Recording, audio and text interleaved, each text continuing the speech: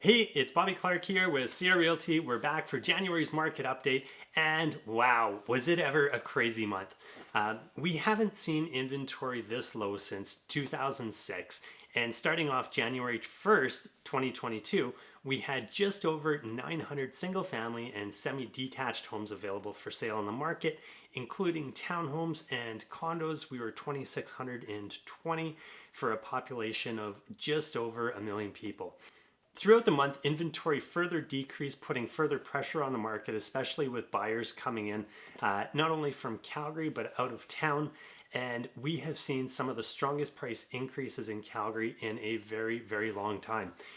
If you continue watching a little bit further, I'm going to go over the top 5 communities where we saw the biggest increases in prices and what some of those prices actually look like. One of the other things that we saw that was pretty impressive in Calgary's marketplace was our struggling condo market is finally starting to pick back up, with inventory dropping down to just over a month and a half of inventory. Now, one of the things that we really have to keep our eye on, especially heading into the spring market, is the amount of listings coming up, and if they don't catch up to the amount of buyers that are out there, we're only going to further prolong the conditions where we're seeing this heated activity and multiple offers, prices going well over asking price. One question that I've been asked a lot recently is who's buying all these properties? And it's really quite simple. We're seeing a lot of people from Calgary, local people wanting to move up. There is always going to be a certain need for people with growing families, change of jobs. There's a number of circumstances that goes into people making changes, especially in real estate. But where we're seeing a large influx are people from British Columbia and Ontario. Not only are they investors, but they're people that actually want to come and move into our city. Where you got to think, if you've been in a real estate market where it's been fueled and it's been so hot for so many years, a lot of people can't afford to move up past a certain price point, especially if they want to get a little bit more space, if they have family, they want to raise kids.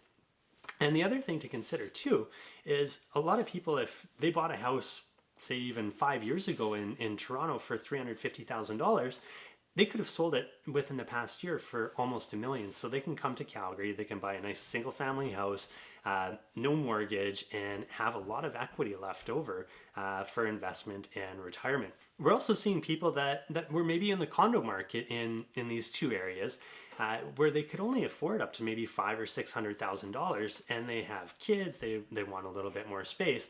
The only reasonable place to come is Calgary, because our real estate market is still quite affordable in the grand scheme of things all across Canada, where you can still get single family homes under $600,000 in almost every area in the city.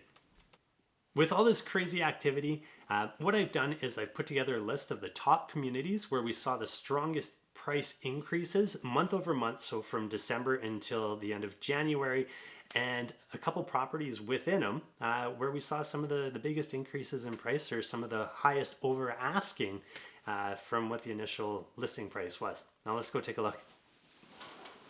Starting off with number 6 is Sherwood. We saw a price increase of 4.9% from December to January. And some of the properties that we had were on Sherwood Road, starting off with a listing price of $859, final selling price for $950.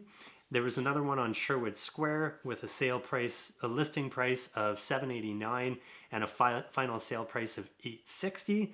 Sherwood Crescent was $649.9 as a listing price and a final sale price of $720. Number 5, we have Coventry with a month-over-month increase of 5.48%, and we have 3 properties that I want to show you. On Coventry Drive at a listing price of $560,000 and a final sale price of $645. Covington Place with a listing price of $359.9, a final sale price of $430,100. Cove Creek Court, listing price of $560 and a final sale price of $631.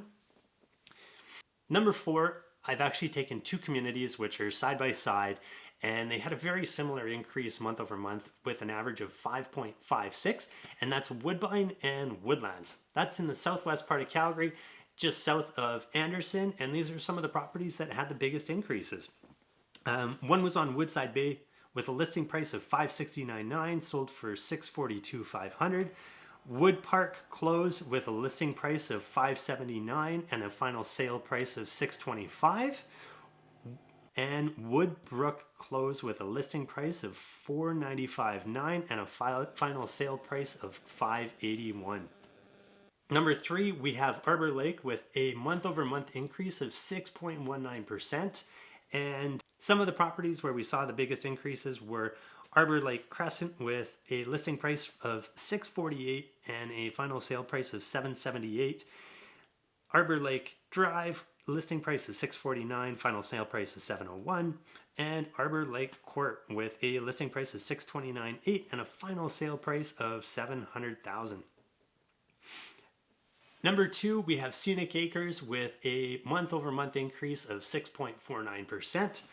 Scenic Park, we saw a listing price of $820 and a final sale price of $844,500. On Schooner, we had $575 as a listing price, $596 as a final sale price. On Scenic Road, we had a listing price of $459.9 and a final sale price of $505. And number 1, Livingston with a price increase of 6.51%. Both of the biggest increases were on House Drive. We had a listing price of $574,900 and a final sale price of $620, and the other one was a listing price of $575 and a sale price of $583. Now, these prices aren't going to be the normal. These are the exception. They are the highest over asking for the top communities in Calgary. I just want to make that clear, and we are still seeing a number of properties going for close to asking price. However, there was a stat that did come out in our brokerage about halfway through January that about 40% of properties are seeing asking prices $50,000 or higher over what the initial listing price was. Now, where we're seeing a lot more competition is with conditional versus unconditional offers, and how we can get a really good sense if a property is sold unconditionally is if it's sold within the first week from when it was actually listed. Usually what happens is when a property is listed, they'll allow for the first 4 or 5 days to have as much traffic come through to get as much interest on the property as possible, and then maybe 1 or 2 more days to get that deposit check in. If the property is sold more than 8 days on the market, chances are there was either a finance or a home inspection condition, and it just allowed that extra time to allow those moving parts to come to fruition before the buyer decided to move forward with the property. Going in with unconditional offers has a huge risk, not only for financing, but the home inspection. You could potentially be out tens of thousands of dollars if you found something that was significant that would have been caught with a home inspection. And there's a number of risks, even with pre-approved financing, going in with an unconditional financing offer.